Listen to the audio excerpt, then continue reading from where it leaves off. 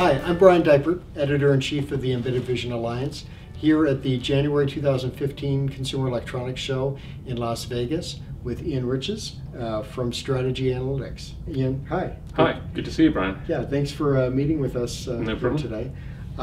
So Ian and I have worked together. This is actually our first chance to meet each other face-to-face. Just email so far. Right.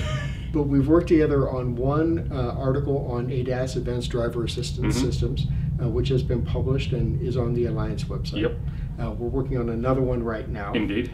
And Ian's co-worker, Roger Langtot, did a presentation at an Embedded Vision Alliance member meeting several quarters ago, Yep. which is also available in video form on the Alliance website. So this is our first. It's good to meet. face-to-face, It's but, good to meet. But we've worked together, the two organizations, quite a bit so far, Absolutely. and we'll do more in the future. I'm sure we will. Ian, I'd like to talk to you about advanced driver assistance systems, both in general as well as vision-specific implementations, in part or in whole. But let's begin with a little bit of a background on you and on Strategy Analytics in general and ADAS specifically. So tell us a bit about yourself. Okay, well, Strategy Analytics, we're a firm of market analysts, corporate headquarters in Boston here in the US, with the analysts spread across the world, the three largest concentrations being in Boston, just outside of London, which you probably guessed from the accent is where I normally live, and a growing number in China now, so we cover the global market from there. We don't just do automotive. In fact, our largest area is actually all aspects of mobile devices.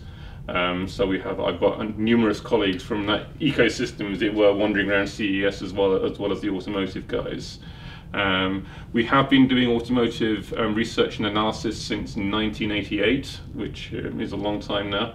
I've been in there since '96, okay. So I'm coming up for 19 years of analysing this market. So I've really been there since the start of ADAS, you could say, which probably really kicked off in the mid-90s with the typically radar-based cruise control systems. There was some use of LiDAR in Japan at that time as well. But back then, cameras weren't used in vehicles. Why? Because cameras were typically analog for a start, which meant you had to convert it into digital before you could do anything with it.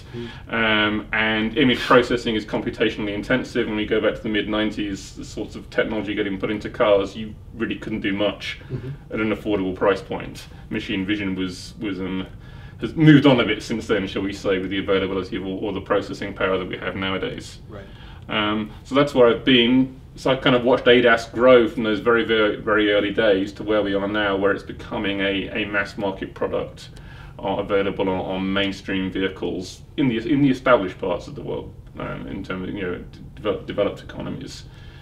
And we've got a pathway to the future where we may be seeing highly automated, even fully autonomous driving, increasing deployments of some ADAS technologies in emerging markets, and significant opportunities for cameras within that, because they offer so much, really. Okay. What are the factors that are driving the adoption and the inclusion of various ADAS features in vehicles?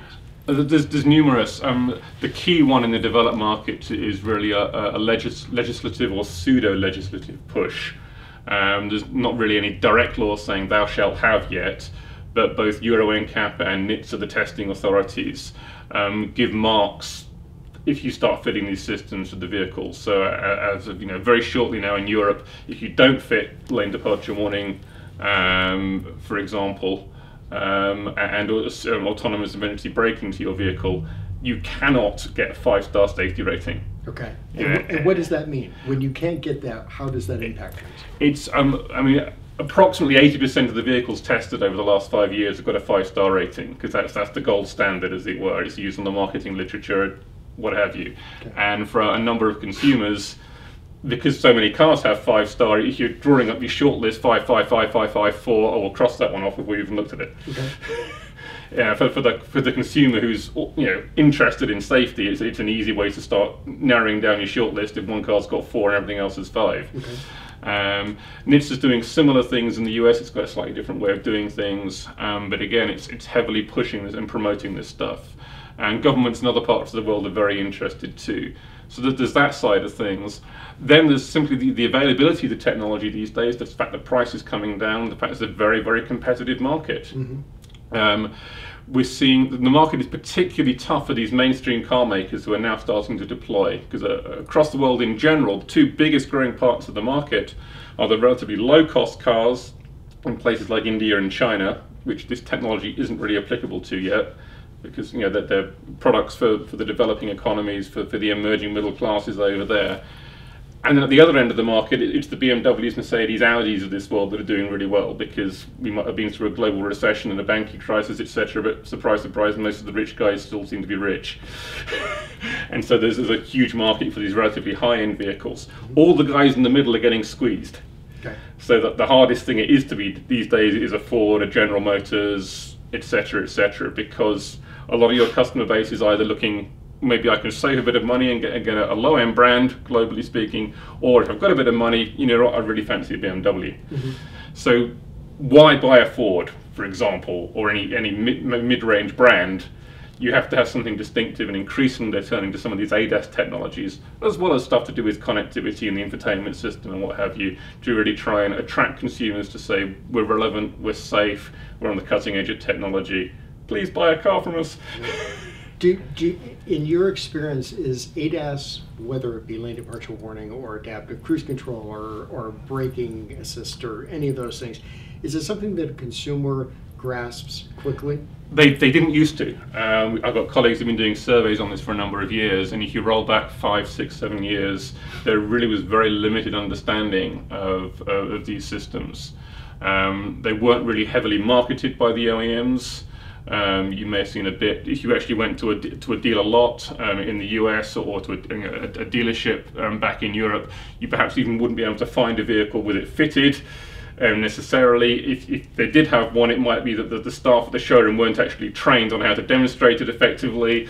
And so there are a lot of barriers to entry in the market. That's completely changed now. If you see any car adverts recently, a lot of them are featuring this technology. We'll see it here at CES.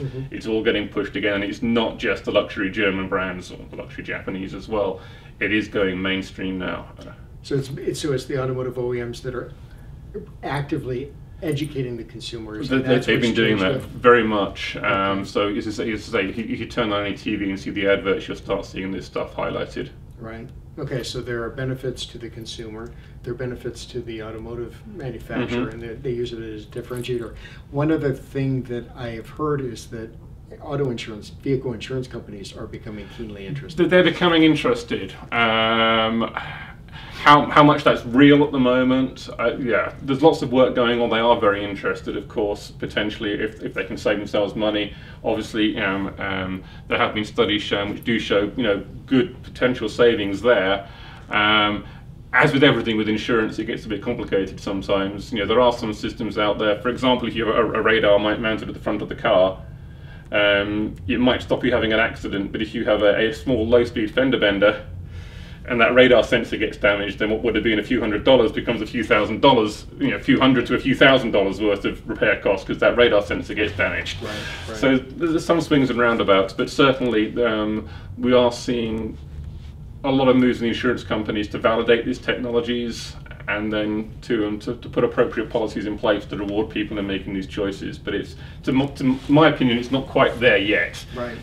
It's still relatively early days. The large numbers of these vehicles on the roads aren't there. There isn't the data set, aside from Volvo's perhaps, being one of the pioneers, to really have a robust data set, but certainly it's coming. Okay. And before we go on, I want to dig a bit deeper into something you said a few minutes ago. From a regulatory standpoint, you said we're not yet at the BowShout stage. Yeah. Do you see that coming at some point? It's entirely possible. In Europe, for example, there is a BowShout on the heavier trucks. Okay.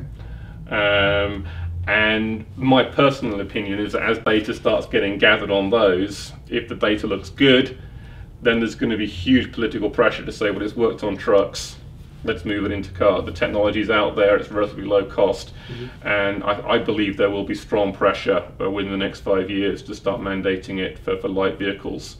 Very likely to see similar things in the US. The US has the strong pressure on some other technologies as well, such as the V2V, V2X communications, from a regulatory standpoint. Okay. So you've been following the ADAS in its various forms for nearly 2 decades now, and I think you mentioned that the early days it was adaptive cruise control using radar. Yeah, by and large. So I'm curious, you've been looking at this for a long time. I'm curious to find out how things have evolved in a number of areas, really core technology, right? From radar to, you've got LiDAR and ultrasound and various vision systems, of course, and then ADAS is an umbrella term that means a whole lot of things. Yes. Right? So maybe we can focus on those two first, and then I'd like to find out about classes of vehicles and price points of vehicles and the evolution there as well. Well, obviously, it started off on typically luxury Japanese or German cars, some work done by GM as well over here in the US, largely radar-based because that was the best performing sensor.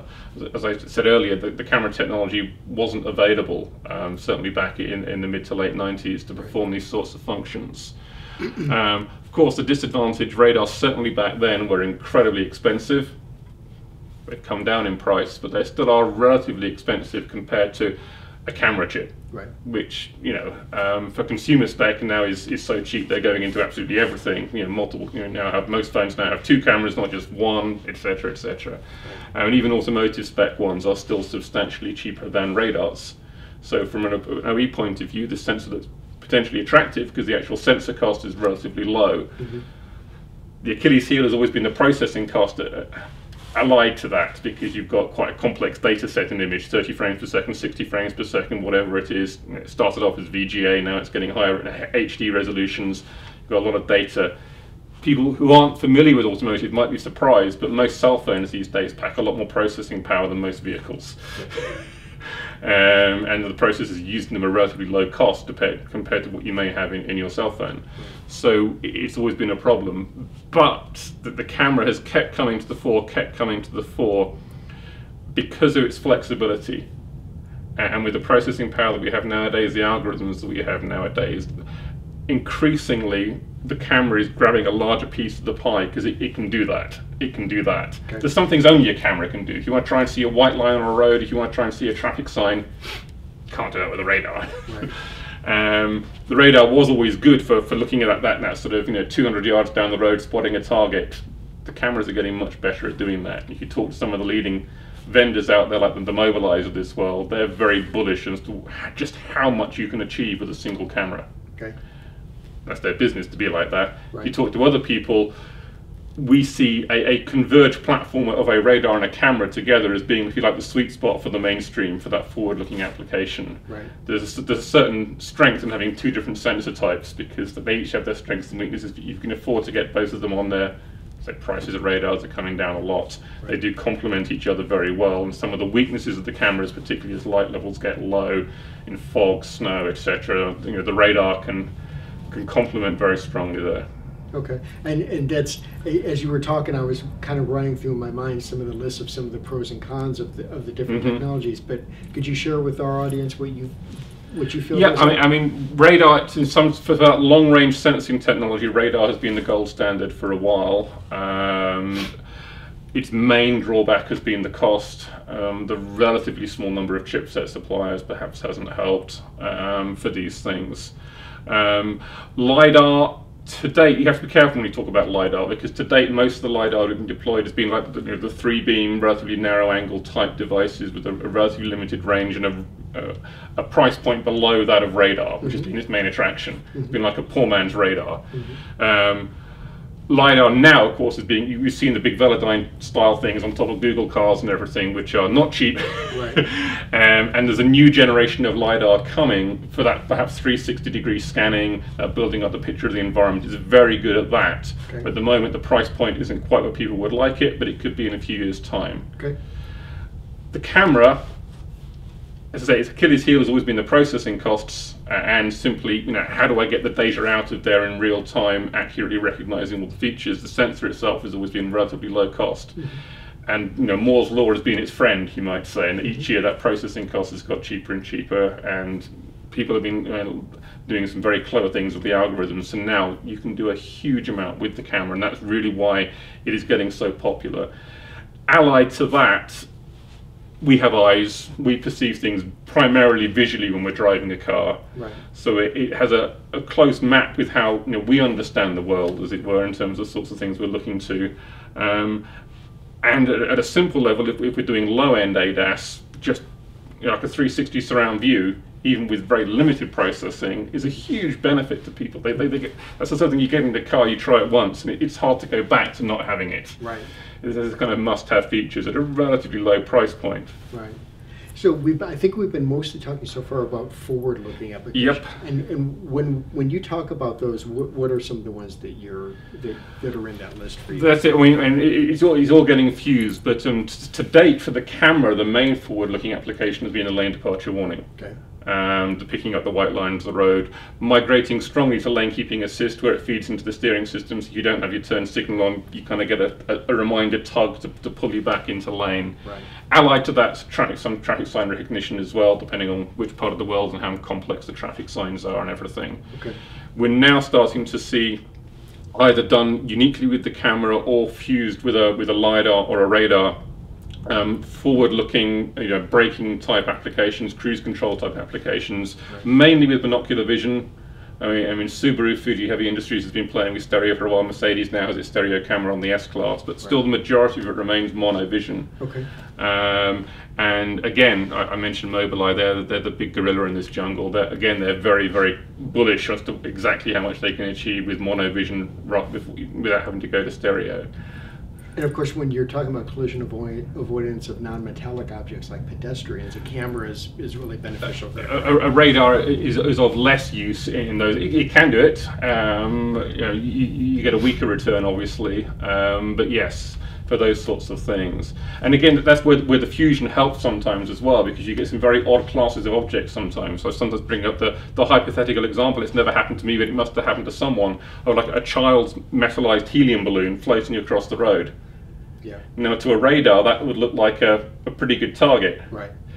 Your human brain, okay, you might say, okay, there might be a child following it, so to watch out, but right. You wouldn't do an emergency stop to avoid that, because you know it offers no risk to your car at all. Right. So it's these kind of complex decisions where the more types of data that you have enables the car to make a better decision as to whether it needs to instigate a braking event, warn the driver, or just completely ignore it. Okay.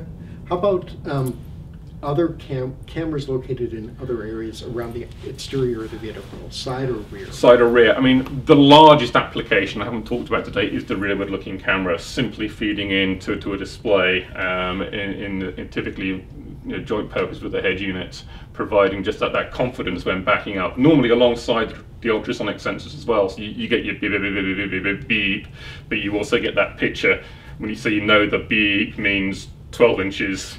When actually in some parts of the world 12 inches is a massive gap. You need to leave like 2 inches to actually fit into your parking space. Right. So that's the largest application. We're seeing increasingly that becoming more sophisticated. Surround view is growing hugely, where you have typically 4 cameras around the car. You stitch that image together. At the low end, that is just presenting that data. Of course, now we're getting to sort of synthesize 3D views of that. We're getting obstacle detection built into that from the camera data, so you can highlight, maybe fusing the ultrasonic data so you can pick out fence posts, dogs, pedestrians, bikes, what have you, and say, this is your surroundings, and by the way, watch out, because if you carry on, you're going to hit that in a minute. Right. So those are the very large applications. There has been some use of camera for blind spot detection, so that kind of blind spot between your center rear view mirror and your door mirror on the vehicle. By and large, radar has proved more successful in that application area to date. Okay. We may see that change back again, but at the moment, radar is very commonly used there. Okay, so for exterior vehicle applications, you made the comment a few minutes ago about how, but the camera can do that, but it's strategy analytics general view that fused sensor systems will continue. Generally, for the what's becoming the mid-range, we see that the fused most common radar camera fused platform as being the sort of mass market mid-range solution. Okay. Low end, if you're just going to have one sensor, it's going to be a camera. Okay. Because I say you can't do lane departure warning with the radar. Yep. The camera is really the best thing to do pedestrian detection with by far. Okay. If you want to recognize traffic signs, again, that has to be a camera. So there's very little that a camera can't do. Perhaps not quite so good as some things as a radar, but it can do a much better job of them than a radar can of detecting white lines on the road. Got it. Got it. And in these applications we've talked about so far, it's a mono or stereo arrangement of conventional image sensor based cameras. Yep, right? That's it. Okay. Does that change when we start to talk about the interior of the vehicle at all? A little bit. Again, it's typically just still a single camera. Obviously, you have you really want IR sensitivity if you've got an internal camera. Okay. Because for a forward-looking camera, you can rely on illumination from the vehicle, from oncoming vehicles, from street lighting, whatever it is. You may need some IR sensitivity, but it's not the key point. Obviously, for a vehicle interior, for it to operate at night, you don't want the interior light on the whole time because that's kind of annoying. Right. So it needs to have that IR. So the IR sensitivity is far more important. You may even have additional IR illumination. Some of the systems out, the Lexus system out there to date, to really help pick up all the facial features properly, Okay. and irrespective of lighting conditions. But so let's talk. I sort of jumped ahead a little bit here. Let's talk about some of those interior vehicle in-cockpit ADAS applications. I mean, to date, it's been a relatively small market because I was talking to I'll call it an unnamed OEM a good number of years ago, and they said actually knowing the exact level of attention of the driver was something they really didn't want to know. Because legally speaking, it put them between a rock and a hard place. If they know the driver's not paying attention and do nothing, and that driver kills somebody, the person who's killed their lawyer is going to attack the OEM, and justifiably so, you might say. Right. On the other hand, if I'm driving home and this system's telling me to stop, and I can see my house is a mile down, I just want to get home, I'm going to be dissatisfied with the car which stops me getting home because it's decided I'm too tired. Yep. Yep. Or not paying sufficient attention. Yep. So really that's a very hard call for the OEM to make, to actually how do I use this data effectively in a way that protects people, Yep. but also gives customer satisfaction. Yep. What we're seeing changing, and why we're very confident about strong growth for these interior systems, is how that data can now be used, because the additional level of sophistication in the vehicle.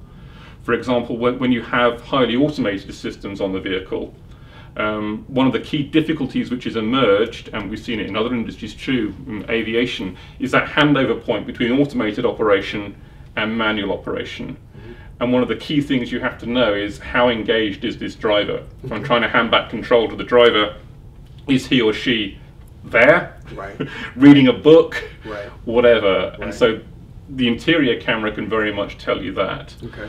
Also, one of the key sort of like tasks for the calibration engineers on these systems is deciding, okay, I can see things out there, I know that stuff's happening, when do I warn the driver? Because clearly you don't, or intervene.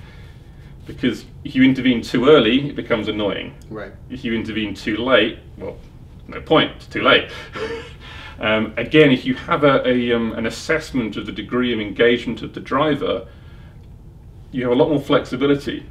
You can say, okay, there's something out there, but I can see that my driver has got his hands on the wheel, they're not tired, they're looking down the road. Right.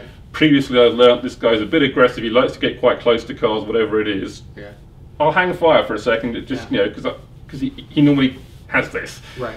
On the other hand, I can say, this driver is not engaged, they're obviously drowsy, there's something, it's quite a long way away, but I've noticed, I'm going to warn him now. Right. Right. Because I'm not sure he's got this covered. Okay, I'm making the system sound perhaps slightly more intelligent than it is there in terms of giving it some human characteristics. So effectively, that can really fine tune how all these intervention systems, when they decide to intervene. And to do that, you have to monitor the driver. And again, a camera gives you a lot of data. So we're talking so far, I think, mostly about gaze tracking, right? Mostly about gaze tracking, Okay. yes. Okay. I mean, there's other biometric stuff going on that the camera's not involved in, Okay. but mostly about gaze tracking, yes, and blink rates, things like that. And because it's a close distance IR-based approach, is there an opportunity for an alternative time of flight or structured light sensor in those? There is some potential opportunity there. At the moment, I mean, the resolution, the time of flight stuff generally isn't as high. Yeah. As I understand it. For many of these applications, the key benefit of the time of flight obviously is that depth information. Most of the time that isn't quite so relevant, depending on what you want them to do with it. Okay. If it's feeding into your Airbag algorithm as well as this guy, sure, that's very important. Right. But actually you can infer quite a lot from, how big is this image? Am I full? Is the head this big? Is the head this big? Right. So a lot of the time you don't need the time of flight. At the moment, where we're seeing most of the interest in time of flight is the potential for gesture recognition in the vehicle as an HMI. Okay. And as a company, it's something we're not hugely enthusiastic about at the moment. It strikes a bit of engineering for engineering's sake, because most of our customer clinics, rather than virtually doing this in the air, they say, give me a knob I can turn, it's much easier. Right. Well, these were actually the next two cockpit applications I was going to ask you about. So head and body positioning for airbag deployment, right? And then gesture interfaces. Can you talk a bit more about both of those and your thoughts on them? Obviously, adaptive airbag technology to one degree or another has been around for quite some time now. Obviously, developed starting particularly here in the US, because your airbags were designed very differently for the airbags in Europe from the outset. Because originally the assumption was that the US citizen would not be belted. No. And therefore the airbag had to deploy with a much greater force to restrain an unbelted occupant. Whereas in Europe, the assumption was the occupant was belted. I think they might have had a slightly lower weight assumption as well, but I hate to cast aspersion on the sides of Americans after how much I've eaten for lunch, but anyway. So that's been around for a while. Various technologies, load sensors based in the seat, all this sort of stuff. Okay. My opinion is a camera can add something to that data. I don't think that's going to put the camera in the vehicle. Okay. It might be if the camera's there for something else, sure, you can start feeding it in. But a lot of the other sensors in terms of those weight sensors in the seat, maybe some electric field sensors, whatever, are really the primary means. The camera may be able to add a bit of icing to that cake. Okay. For the gesture recognition, it's all fascinating stuff. As I say, some colleagues of mine who are more expert in the HMI field, at the moment we're slightly unsure. Okay. Buttons and knobs are understood by 99.9% of humanity. I mean, there's no one who can't understand a volume control. Yeah. Once you start going gesture recognition, unless very quickly we establish some industry norms, what am I waving? It's a recipe for frustration by and large. Right. Sometimes these novel HMIs are very appealing at a sort of techno geek level, but the real world application is really very sensitive, carefully thought about. How is this better than a button? How is this better than a knob? Right. Because if it's only the techno geek factor that makes it interesting, then in the real world it's just going to get annoying. Right. Because the volume control. I'm in the UK, so I drive from the right, so I use it on my left hand. Always works. Right. It's not like I have to do it in a certain way to make it work. With any of these recognition-based technologies, there is an error rate involved. And do I, accidentally change my radio channel when I'm trying to change the volume? All these sorts of things. So unless that can get pretty much as reliable as a conventional interface to the vehicle, what does it add? Well, is the challenge. And as you're talking, what's forming in my mind is that there's an interesting dichotomy going on. On the one hand, you might have a camera inside the vehicle to enable gesture interfaces so that you can maintain as much attention on the road ahead as possible when you're driving. But cognitively, they can be quite engaging sometimes because you're trying to do the right gesture and all this sort of thing. So and at the same time, there are cameras being mounted on the vehicle exterior to make the vehicle more autonomous, so you don't have to pay attention to the road in front of you. So the jury's out a bit on that one. It is a bit. I mean, and again, it gets back to human factors as well, and there simply isn't a large enough body of research, but there are certain people that postulated sometimes that if you make we all have a certain level of risk tolerance, and if you make the car safer, then we compensate by doing stupider things. So if I've got a lane keep assist system on my car that will help try and keep it in the lane on the highway, hey, guess what? That means I don't have to shave before I leave the house. I can shave on the way to work. Thank you very much. Right. Or apply my makeup, depending on what day of the week it is. All these sorts of things. So and the jury's still largely out on that one. As I say, because there's not a massive body of data on that. But yeah, we are still the same. We still do stupid things. Right. How about the last one that comes to my mind from a cockpit application is facial recognition Sure. for engine unlock. Yeah. Again, I don't think that's going to put the camera in the car. It's a potential another value add. Again, it comes back to reliability. We already have, particularly on the higher end vehicles, it's migrating down, customized entry, passive entry systems, customized key fobs, so the whole vehicle interior can be tailored, the seat can be put in the right position, the correct channels programmed to the radio, all of that simply by holding a customized key fob. Okay. What the camera adds to that needs to be carefully thought through. Right. Other than a potential layer of annoyance if it doesn't recognize me. I've got a phone that does the facial recognition unlock. Right. I had it on for about a week until I realized that actually doing the little swipe pattern a lot quicker and a lot more reliable. Right, right. So again, potentially very interesting, but does it pass that reliability test? Is it the sort of thing that you play with for a week, then give up on because actually it's just a pain?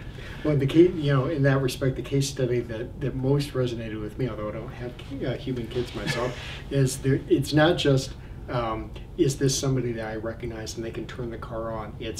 That's your 17-year-old teenage son, and therefore we're going to put the speed limiter on the vehicle. Absolutely. Well again, Ford, we find they already do that. They'll sell you, they have different keys. You can give your 17-year-old the key that reduces the engine output, etc., etc., so that they don't, particularly on some of the higher power cars, you don't have the full 400 horsepower, whatever it is, which to a 17-year-old is interesting.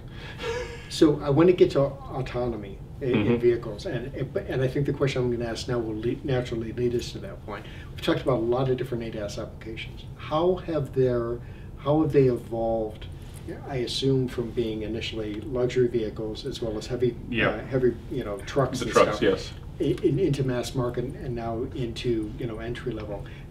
How has that evolution occurred to this point, and how do you see it continuing to evolve? It's really been a factor of the availability of the technology at a reasonable price point, as well as another number of other allied factors too. So as it's got cheaper, it's enabled people to, mainstream manufacturers to fit it on the vehicles with that legislative or pseudo-legislative push at the beginning that I was talking about, that encouraging to look there. Right. So the prime thing is cost. I mean, these were multi-thousand euro options when they came out in the mid-late 90s. Now, typically, they're in the hundreds of dollars if they're optional. Or standard fit on increasing numbers of vehicles. There have been some issues. I mean, in the early days, particularly, calibration was a huge issue. For a sensor looking 200 yards down the road, when it's mounted on the front of the vehicle, if it's misaligned very slightly, which lane am I looking in? That 200 yards down the road. So there was also a lot of factory calibration set up. I heard from some OEMs that they effectively sort of almost set the price because they knew they had to take the car offline to a separate calibration line. They could only do X% of production through that because of the throughput, so therefore their best guess was if we set the price this high, we'll get that X%. So there was some, if you like, artificial market limiting at the beginning. Again, a number of OEMs tended to roll it into a massive technology pack, like an $8,000 technology pack. So you had to have the navigation system because they wanted the screen for some of the HMI. You had to have this, and this, and you might have only been interested in one of these features, but you had to buy that whole $8,000 technology pack. As time's gone on, a lot of that technology pack is now standard. So we're seeing, again, the rise of screens in the car, particularly for some of the low-cost camera technologies. What stopped the reversing camera getting put into cars was not the cost of the reversing camera, it was the cost of the screen to display the image. Now pretty much every reasonable car has a screen. So much easier to put that reversing camera in there. Okay. The a question about processors and image sensors. You mentioned how Moore's Law's trends have been beneficial for processors. I think you agree, they've also been beneficial for image sensors. Yeah, absolutely. Right? The prices of the resolution hasn't been so key for automotive because it's still, most automotive cameras are still in that VGA to HD range, because in truth, you don't want a 20 megapixel sensor because you can't process that much data that quickly Right. on an automotive platform. You just have to throw away that data. They're mono still, the automotive sensors. The color data, Right. even for the traffic sign recognition, doesn't add enough value to make it worth keeping that having that color data there. Right. So you get rid of that to reduce the memory requirements, to speed up the processing and everything. So, but it's the price point for an HD sensor that has decreased. Has come down a lot. And low light sensitivity and all All sorts that sort of different thing, factors yes. like that, The right? sensitivity, the resistance to bloom, the dynamic range of the sensor, all those things have improved markedly over the years. So you made the comment a few minutes ago about the relative computing horsepower in a smartphone versus an automotive system. Ironically, we talked about this before the camera started rolling. Nvidia announced their Dipert X1 last night. Yes. And other announcements, I'm sure, will be coming throughout the week. Mm-hmm. So you are starting to see.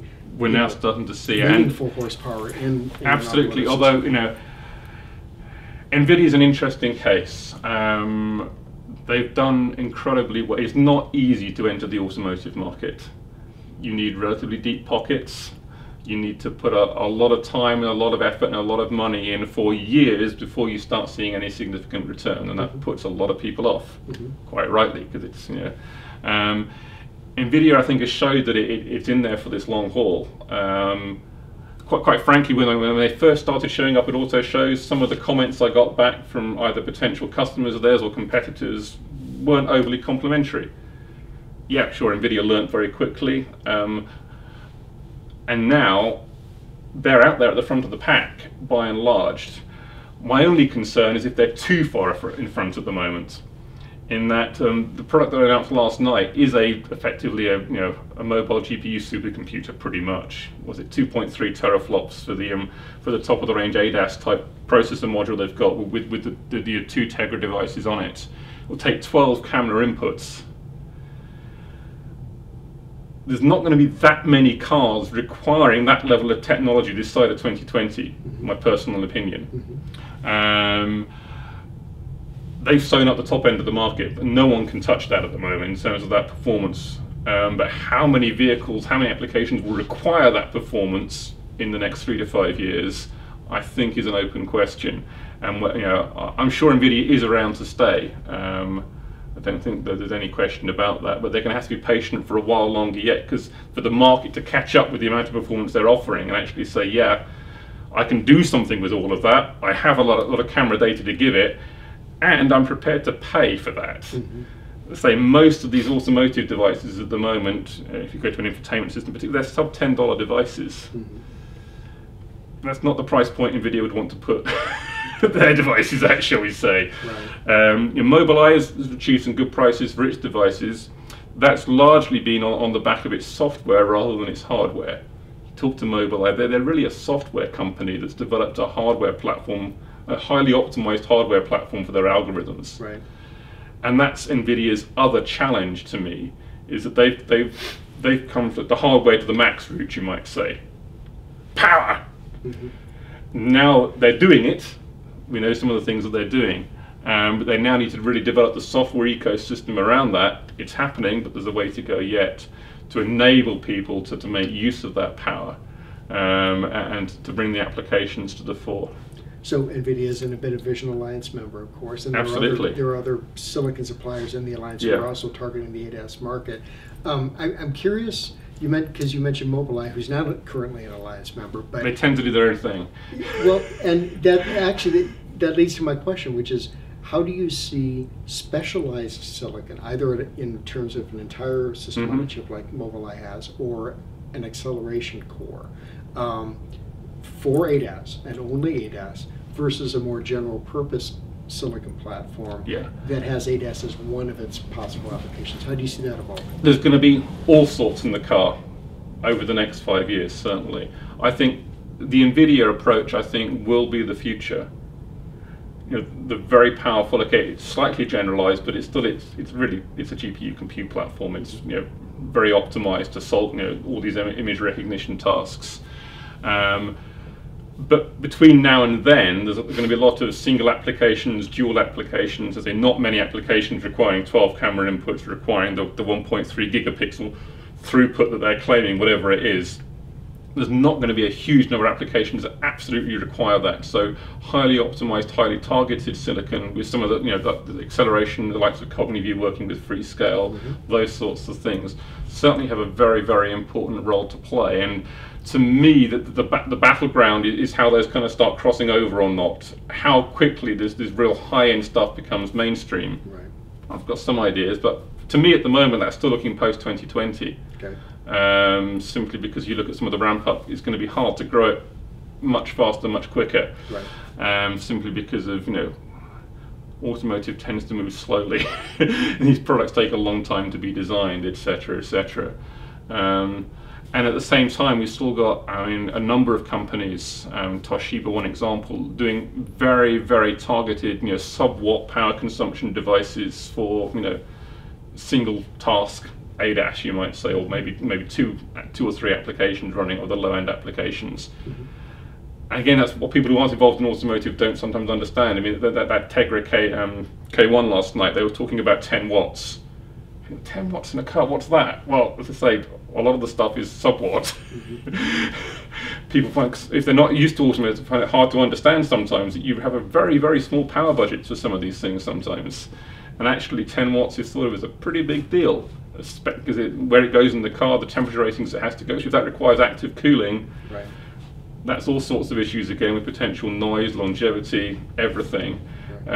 So it's an odd thing, the car, the fact that you can have this tens of thousands of dollars on a product and yet have less power and less money spent on some of the compute platforms in there than on a $500 cell phone. Okay. My last question is about autonomy. As I understand it, and correct me if my understanding isn't complete, a lot of the experiments, for lack of a better word, that are out there now, whether it be Google's car or the Audi stuff from a few months ago, they rely on very detailed maps of whatever is the... By and large, yeah, so the Audi's maybe a little moving in a slightly different way as well on that. But differential GPS as a supplement? There was some interesting stuff that my colleague Roger, we talked about earlier, was picking up in China a while back. For some, the reliance on the map in China, it's kind of hard to get the accurate maps to the same degree, and depending on how close you want to get to the government and how much they want to give you. Right.